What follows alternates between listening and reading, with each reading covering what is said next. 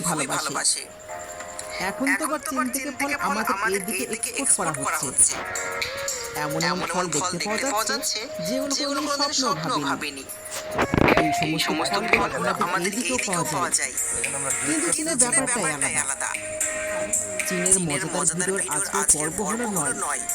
ভিডিওটি যদি ভালো লেগে থাকে অবশ্যই লাইক করবেন এবং কমেন্ট করে জানাবেন।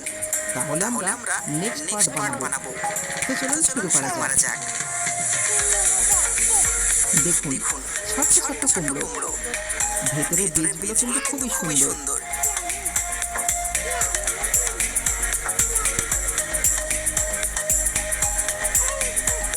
ফল যদি এইভাবে কাটে তাহলে তো নজর এমনি লাগবে।